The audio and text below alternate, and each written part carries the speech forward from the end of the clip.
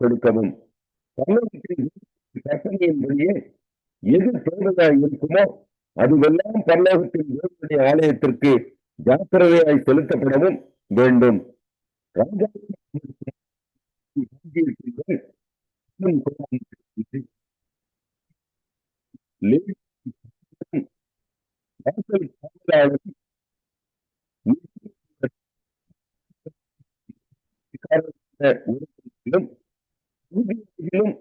தீர்வையாகிலும் ஆகாதென்று அவர்களை குறித்து உங்களுக்கு அறியப்படுத்துகிறோம். இன்னும் நதிக்கு அப்புறத்தில் இருந்து உன் தேவனுடைய நியாய பிரமாணங்களை அறிந்த சகல ஜனங்களையும் நியாயம் விசாரிக்கத்தக்க துறைகளையும் நியாயாதிபதிகளையும் எஸ்ராவாகிய நீ உன் தேவனுடைய ஞானத்தின்படியே ஏற்படுத்துவாயாக. அந்த பிரமாணங்களை அறியாதவர்களுக்கு அவர்களை உபதேசிக்கவும் கடவாய். உன்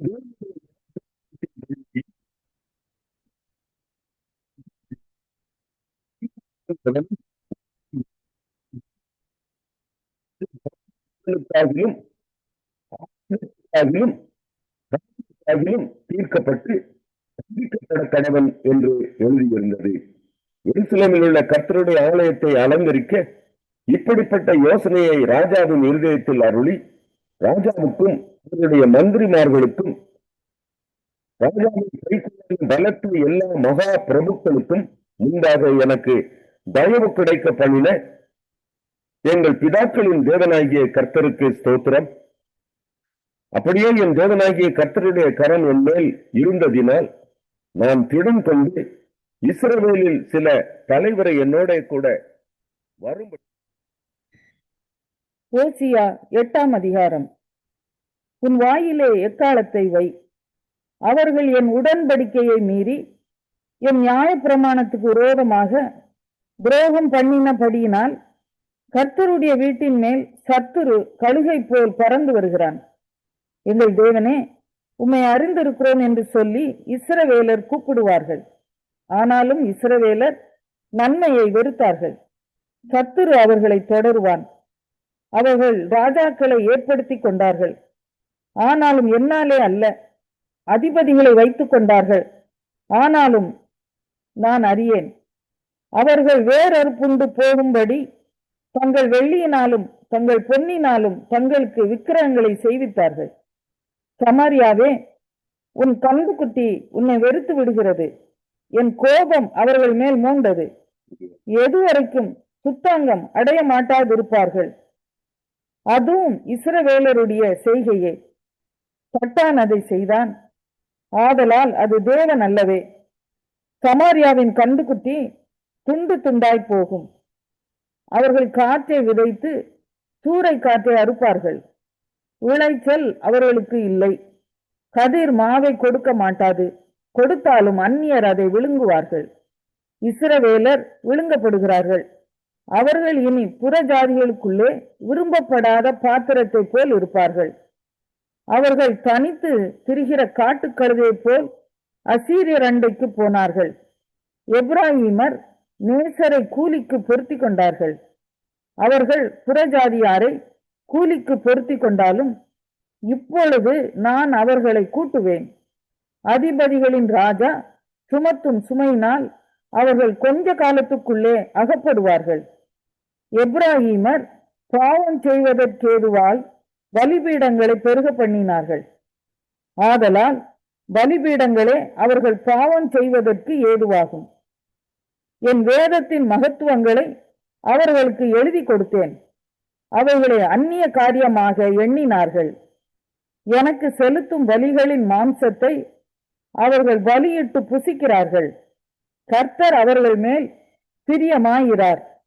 அவர்களுடைய அக்கிரமத்தை அவர் நினைத்து அவர்கள் பாவத்தை விசாரிக்கும் போதோவெனில் அவர்கள் எகிப்துக்கு திரும்பி போவார்கள்.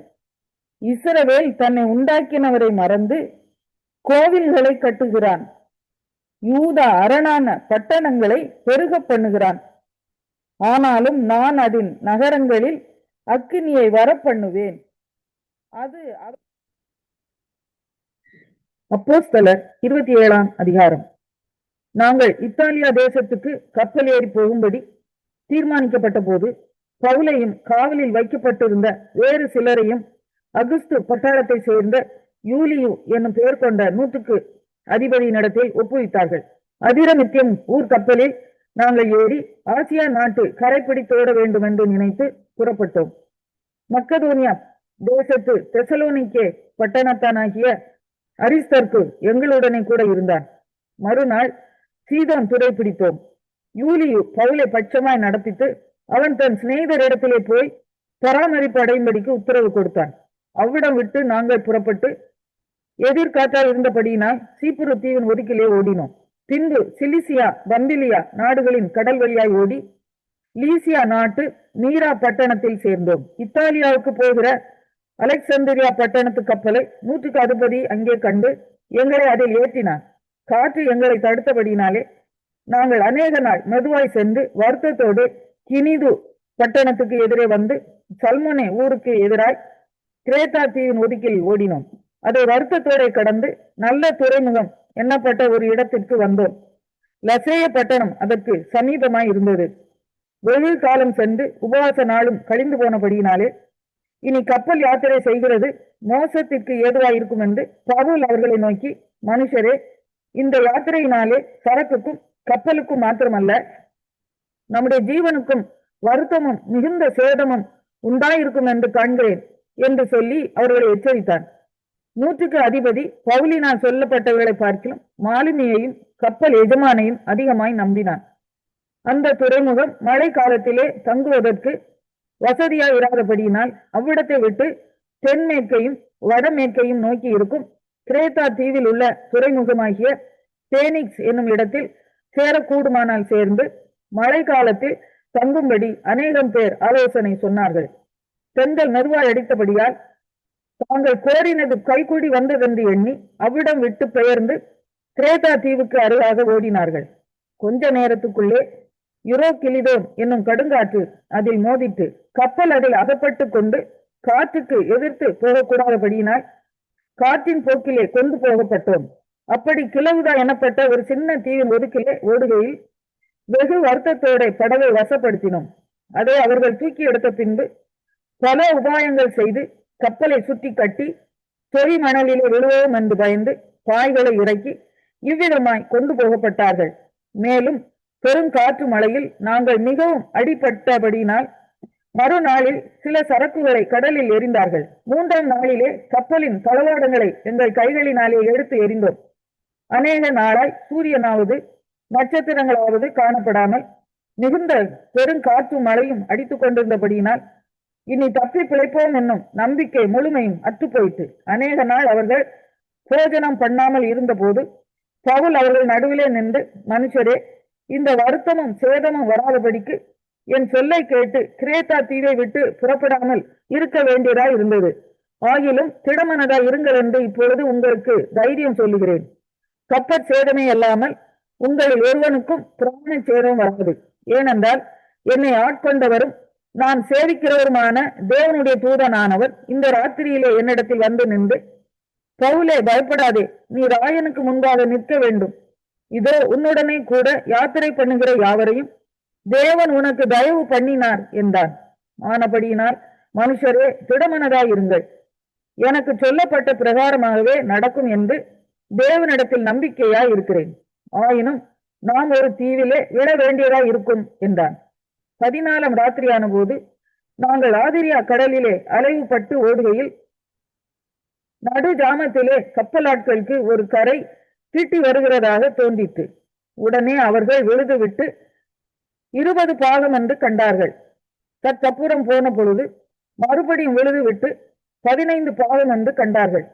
பாறை இடங்களில் விழுவோம் என்று பயந்து பின்னணியத்திலிருந்து 4 நங்கூரங்களை போட்டு பொழுது எப்பொழுது விடியுமோ என்றிருந்தார்கள்.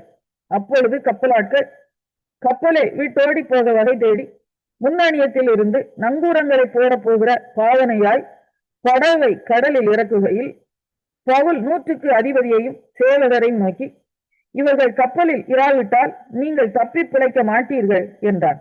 அப்பொழுது போர்ச்சேவகர் படவின் கயிறுகளை அறுத்து அதை தாழ விழவிட்டார்கள். பொழுது விடுகையில் எல்லாரும் போஜனம் பண்ணும்படி பவுல் அவர்களுக்கு தைரியம் சொல்லி, நீங்கள் இன்று 14 நாளாய் ஒன்றும் சாப்பிடாமல் பட்டினியா இருக்கிறீர்கள்.